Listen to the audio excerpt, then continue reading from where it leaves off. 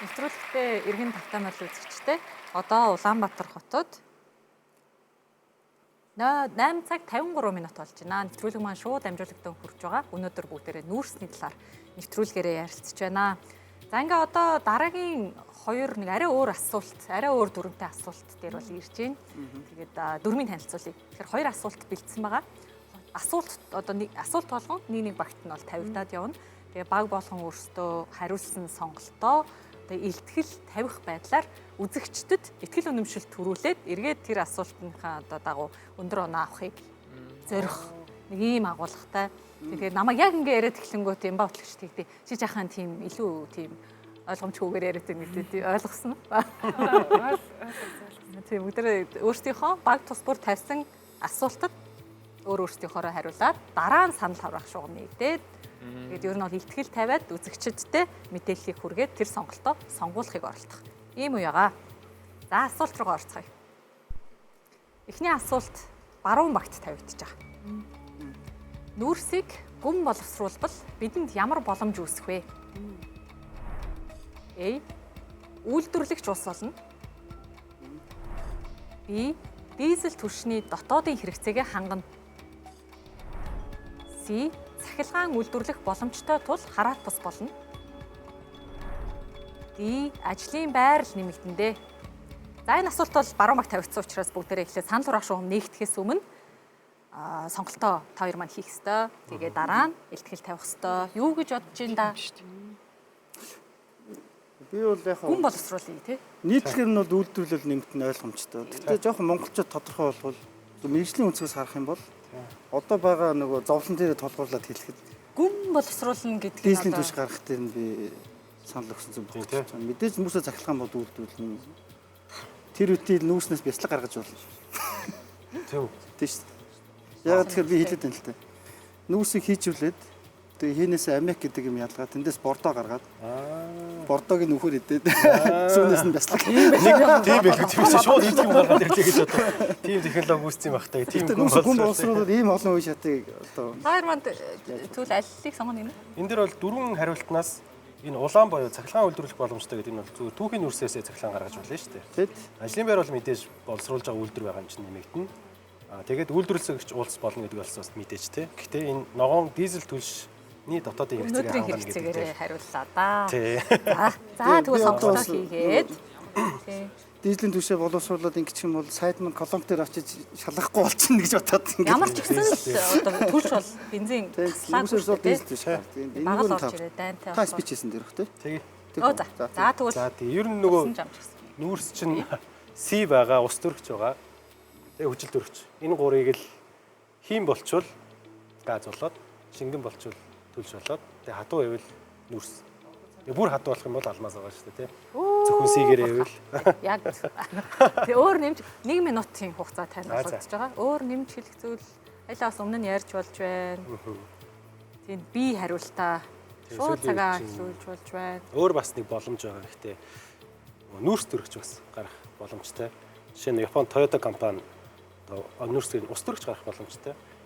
Эрчим хүч гаргаж байгаа тэрнүүгээрээ усыг задлаад ус төрөгч гаргаад ус төрөгчөөр явдаг машин тэнцээ гаргачаад тэгээ дараагийн одоо хайбрид цахилгаан машины дараагийн үе бол ус төрөгчийн машин гэсэн. Манай урд хурш нэвтрүүлж гисэн байлаа шүү дээ тийм. Сая тонн дизелийн түвш үйлдвэрлэхийн тулд 5 сая тонн нүүрс хэрэгтэй. Бид 170 тэрбум тонн нүүрс нөөсдөг. 7000 жил дизелийн түвш болцоод шүү. Мэргэжлээс яг хэлж шүү дээ. За 1 минут тэгвэл эхлүүлье. үзэгчдийгээ бас итгүүлэх хэрэгтэй юм биш үү те. Тэгээ бодит тоо хэлье. 1960 оноос хойш Африкийн бүгд найрамдах өмнөд Африкийн бүгд найрамдах улс нүүрснээс дизель гаргаж авч байгаа. Тэгээд өнгөрсөн 2024 оны байдлаар урд хөрш маань 40 сая тонн нүүрснээс 11 сая тонн дизель гаргаж авсан. Өнөөдөр Монгол улсын түлшний бензиний хэрэглээ гэх юм бол бензин дээр сарда 80,000 тонн байгаа. Түлшин дээр буюу дизель дээр бол 130,000 тонн байгаа. Тэгээ жилдээ бид нэр 2.8 тэрбум доллараар хөршөөсөө ийм бензин түлш худалдаж авдаг. Тэгэхээр бид нар хэрвээ Монголд байгаа энэ их хэдэн тэрбум нөөцтэй нүүрсгээ бид нэр боловсруулад тэндээсээ дизель гаргаж авах боломж нь бас байгаа. Тэгээ энэ технологи болоод үүсээд бий болоод зах зээлд орол нэвтэрсэн байгаа. Ганцхан төвөгтэй асуудал байгаа. Эхний хөрөнгө оруулалт нь жоохон өндөр. Гэхдээ урсгал зардал нь бол нефтнээс дизель гаргахаас 2 дахин хямдхан. Тэгэхээр бид нэр төрийн бодлого бол энэ үйлдвэрийг бүтээн байгуулахад хувийн хвшлийгээ дэмжих бодлого барьсан зүйтэй болов уу гэж бодож байна. Яасан цайхан минутаас харуулав. Баярлалаа. За. Санал хураах шугамаа бүгдээрээ нэ. Манай баруун баг би гэсэн сонголтыг сайхан тайлбарлаж өглөө. 13 TikTok 88 дугаар руу мессеж илгээгээрэй. Эсвэл Freshback аппликейшнийг ашиглаад өөрсдийнхөө сонголтыг нэвтрүүлгийн нэрийг дарж орж жагаад үн төлбөргүй явуулаарай үзэгчтэй.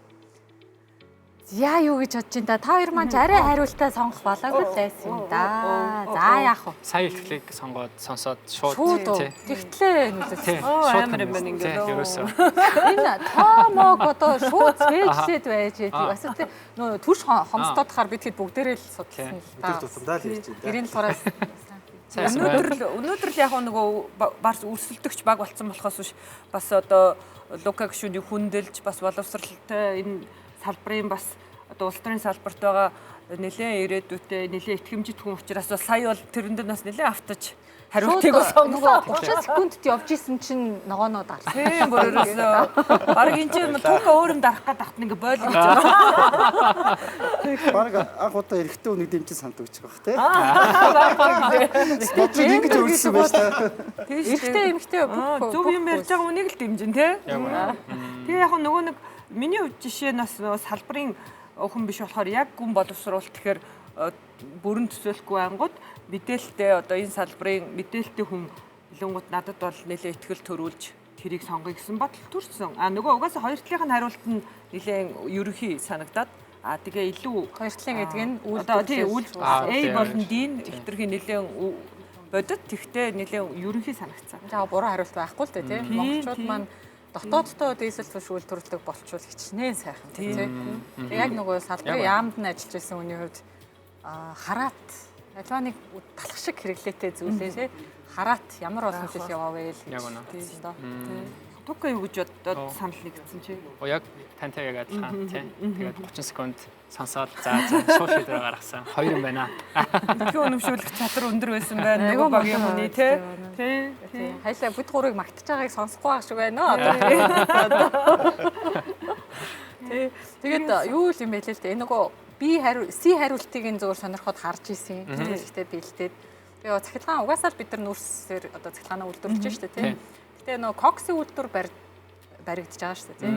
Тэр үйлдвэр маань орчих юм бол бас үүсэж байгаа дулааныг нь цахилгаан руу одоо хөрвүүлээд давхар үйлдвэрлэл хөгжөөд хажуугаар нь цахилгаан бий болох юм аа гэсэн агуулга бас байдаг. Тийм үү. Тэгэнгүүт бас C хариулт юм шиг болоо. Яг бас 35 секунд явж байхад бас бодсон юм байна. Би одоо илүү уянга гişүүн давтаад явчлаа л да сая тийм.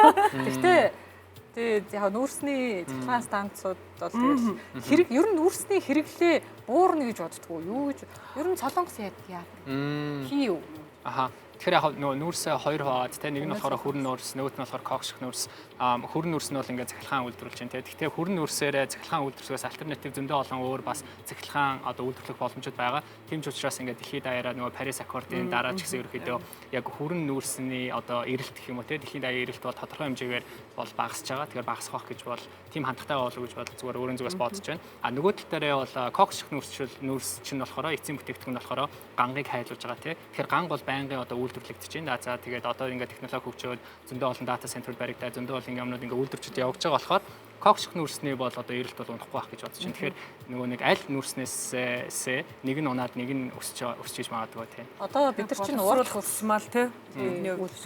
Тий. Урд хурш маань нүүрсийг жилд бол нэг 4.1 хэдэн тэрбум тонн нүүрс хэрэглэдэг юм лээ. За манай улс бол яг түрүү онд бол 83 сая тонн гэдэг нэлээд өндрийг бол бид нар гаргаж чадсан. Гэтэ ер нь бол маш том хэрэглэгч зах зээл манай өмнө байдаг. Гэтэ дэд бүтцээ хөгжүүлэх юм бол ихээр гаргах боломжтой. Тэгээ эрчим хүчний нүүрсийг гүн боловсруулад үйлдвэрлэл хөгжүүлэх гэхэд бас дахиад үйлдвэрээ ажилуулах эрчим хүчний их үүсэх мэтлэгээд асуудлууд энэ олон асуудлуудыг бүгдээрээ тэг шийтгэл юмсан да. Баг багаар нь тий. Манай баруун баг шийдэх байх гэж бодож байна. За санал хураах шугам хаагдсан байна. Манай хоёр баг хоёулаа B хариултыг сонгосон. Шийдэхээр амлалт авсан байгаа гэх. BC2-ууд нэгдээ. За бүгдээрээ Техник тий. санал хураалтынхаа үр дүнг хамтдаа харъя. Хоёр баг хоёулаа бие хариултыг сонгосон. Дизель түлшний дотоодын хэрэгцээгээ хангана гэсэн. За таны бичтэй амар Мондог байлаа да. Дизлээ гаргаж авдаг бол ойрын хугацаанд. Дээшээ хөрөнгө оруулалт. Гэтэ нөгөө айгүй хөрөнгө анхны хөрөнгө оруулалт хийхтэй гэдээ ярьсан шүү дээ тий. Тэгээ тэрэн дээр нэг татврын хөнгөлөлт янз бүрийн хөнгөлтүүдийг ухаалаг тавьж өгөх ёстой юм лээ. Гүү бол олон төслүүд явж байгаад тэгэл хөрөнгө оруулалт дээр гацаад болчихсон ийм түүхтэй л юм байна.